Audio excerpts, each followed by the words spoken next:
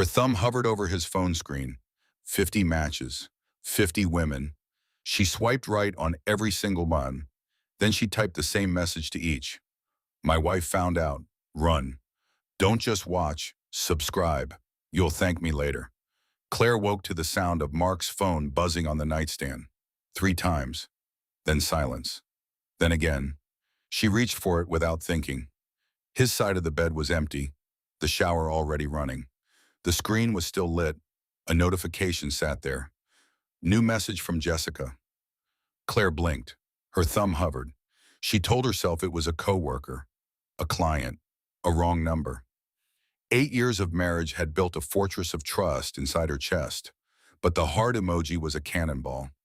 She touched the notification. The phone opened to an orange icon she'd never seen before. Tinder. The word meant nothing to her. She'd met Mark in a coffee shop, not on an app. But the screen showed a grid of women's faces, each one with a name, an age, a tiny green dot saying online now. 50 faces, 50 matches. Her breath caught. The shower water stopped. She heard Mark humming. He always hummed after a good night's sleep. Claire scrolled. The first conversation. Hey, beautiful. When are you free? The woman had replied with a kiss emoji. The second, you're stunning. My wife doesn't understand me. The third, I've never felt this way before. Each message was a knife. By the 10th match, Claire stopped reading. Her hands were shaking. She wanted to throw the phone at the bathroom door. She wanted to pack Lily's things and drive to her sister's house and never come back. But something else rose inside her, something cold and precise. She swiped right on the first match, then the second, then all 50. Her thumb moved like a machine. Then she typed the same message into every chat box. My wife found out. Run. She pressed send. 50 times, 50 little whooshes filled the dark bedroom. Then she placed the phone back on the nightstand, screen down, exactly where she'd found it. The bathroom door opened. Mark walked out in a cloud of steam, towel around his waist, smiling. Morning, babe, he said. Claire smiled back. Morning. She watched him dress. She watched him kiss Lily's forehead.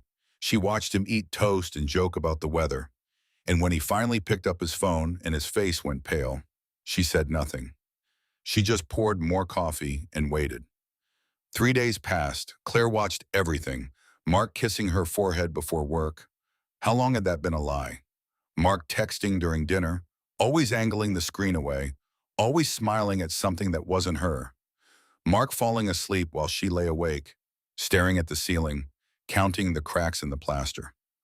On the 4th night, she waited until his breathing slowed into that deep, rhythmic pattern she once found comforting. Now it sounded like a stranger's. She slid his phone from the nightstand. The password was Lily's birthday. Predictable, almost insulting. She was inside in 3 seconds. 50 matches. She opened the first conversation. Hey, beautiful. When are you free? The woman had replied with a winky face and a phone number. The second, you're stunning. My wife doesn't understand me. She's so cold. Claire's stomach turned. The third, fourth, fifth, all variations of the same performance. Charming, hungry, utterly false. She almost woke him, almost screamed. But then she thought of Lily's face, of the custody battle that would follow, of Mark's mother crying about what a shame while secretly blaming Claire. No, she wanted him to feel what she felt, the slow unraveling of control, the helplessness. She swiped right on the first match, then the second, then all 50. Her thumb ached by the end. Then she typed the same message into each chat. My wife found out. Run. She pressed send. 50 little whooshes. Then she placed the phone back, lay down beside him, and listened to him breathe until dawn. He never stirred. That was the worst part. In the morning, Mark woke cheerful again. He made pancakes. He sang a stupid song about squirrels. He kissed Claire's cheek and said, "Love you." She said it back. Her voice didn't crack. Her hands didn't shake. She had become someone else overnight, someone who could smile while holding a grenade. Lily asked why Mommy looked tired. Claire said, "Bad dreams." Lily hugged her. That hug almost broke the dam. Almost. But Claire held firm. She would not cry until this was finished. Morning came like a bomb waiting to explode. Mark woke cheerful, made toast, kissed Lily's head, told a dumb joke about squirrels. Claire poured his coffee and watched his face with the focus of a surgeon. Would he check his phone? He did, at 7:15 a.m. while buttering his second piece of toast. She saw his hand freeze. His jaw tightened. The color drained from his ears. She'd never noticed that before, how his ears went white when he was scared. Then he locked the screen and said, "Traffic's bad. I should leave early." He was gone in 3 minutes. Claire stood at the window, watching his car disappear around the corner, and felt nothing. Then she felt everything. She called her sister Sarah. "He's cheating. 50 women." Sarah swore loudly in the long, creative string of curses. "Burn it all down. Take the house. Take Lily. Take his fucking golf clubs." Claire laughed, a hollow, broken sound that scared even her. Already did. But the day stretched long like cheap taffy. Lily wanted the park. Claire pushed the swing, sang nursery rhymes, bought ice cream that dripped down Lily's chin. Normal, so painfully normal. And underneath it all, the question, what would he do now? Would he confront her, delete the app, apologize? Or would he just run? By evening, Claire's phone had 12 messages from unknown numbers. All women, all confused. One wrote, "He said he was divorced. I have a daughter too. I'm so sorry." Another, "Thank you for warning me. I was supposed to meet him tonight." Claire cried in the bathroom while Lily watched cartoons. The tears were hot and silent. Then she washed her face, walked out, and waited for him to come home. She reheated dinner 3 times. At 9 p.m., then his key turned in the lock. He walked in with a grocery bag, milk, eggs, a bouquet of wilted roses. "Sorry I'm late," he said. "Work." Claire took the roses. She smelled them. Then she said, "I got some strange messages today. About you." Mark froze for 1 second, one beautiful, terrible second. His mask slipped. His eyes went wide. His mouth opened. Then he recovered. "What messages?" he asked, hanging his jacket. Claire held up her phone. "A woman named Jessica, a woman named Amanda, a woman named—" "Stop." He held up his hands. "Someone hacked my phone. I already reported it to IT. Some dating app thing. A virus." Claire tilted her head. "A virus sent 50 messages to 50 women." Mark shrugged. "These things spread. You know how technology is." He smiled, that easy, trustworthy smile that had made her fall in love 8 years ago. "I love you. You know that, right?" Claire nodded. She even smiled back. But inside she was counting. 50 matches, 50 lies. And now this, a perfect, polished lie, delivered with tender eyes. He wasn't sorry. He was covering his tracks. She said, "Of course I know. I was just worried." He hugged her. She let him. His arms felt like prison bars.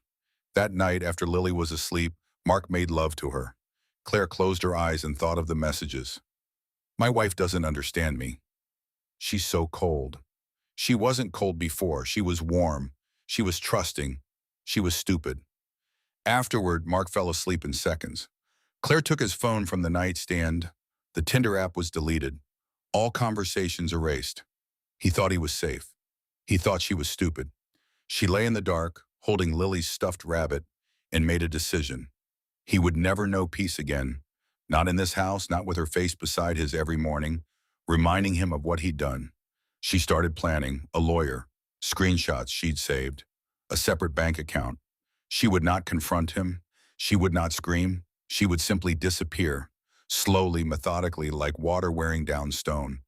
And one day he would come home to an empty house and a note that said, "My wife found out. Run." A week passed, then 2. Claire became an actress. She laughed at his jokes, touched his arm, asked about his day. But she also started leaving things out. A receipt from a hotel, a hair tie that wasn't hers, a lipstick in the glove compartment. Each time she watched his face flicker with panic. Each time she said nothing. Sarah called it psychological warfare. Claire called it survival. But the truth was simpler. She needed him to feel hunted, to wake up every morning wondering if today was the day she'd speak, to check his phone 10 times an hour, to lie awake beside her, terrified. Then Lily asked, "Why is Daddy sad?" Claire knelt down, kissed her daughter's forehead, and said, "Daddy made a mistake. He's learning."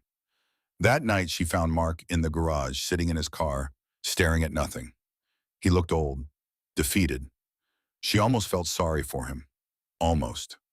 "Come to bed," she said softly. He followed her like a dog, and when he reached for her hand in the dark, she let him hold it. Cold, limp, lifeless. A hand that belonged to a stranger. The next morning, she visited a lawyer. The lawyer's name was Mrs. Chen, a small woman with sharp glasses and a sharper voice. "You have evidence." Claire handed over a folder. Screenshots, dates, the 50 messages she'd sent. Mrs. Chen nodded slowly. "This is good. This is very good." Claire drove home with a strange feeling in her chest. Not happiness, not relief, just clarity. She would keep the house. She would keep Lily. Mark would pay child support. And one day, Lily would ask why Mommy and Daddy don't live together anymore. Claire would tell her the truth, not the ugly details, just, Daddy broke a promise and some promises can't be fixed. 3 months later, Claire filed for divorce. Mark didn't fight it. He couldn't. Mrs. Chen had sent him a letter with every screenshot attached. His lawyer advised him to settle quietly. He did. The house went to Claire. Lily stayed with her. Mark moved into a small apartment across town, the same complex where one of his Tinder matches lived, Claire later learned. She didn't care anymore.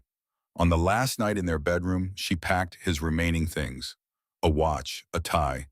The phone, old, cracked, emptied of everything but memories.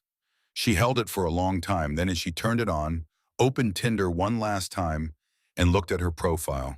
She'd made one weeks ago using a fake name. Her bio read, "Married to a liar, just here to warn you." She had 12 matches, 12 women who'd messaged her, thanked her, shared their own stories. One wrote, "You saved me from him." Another, "I was his 51st. You stopped me from being his 52nd. Claire typed one final message to all of them.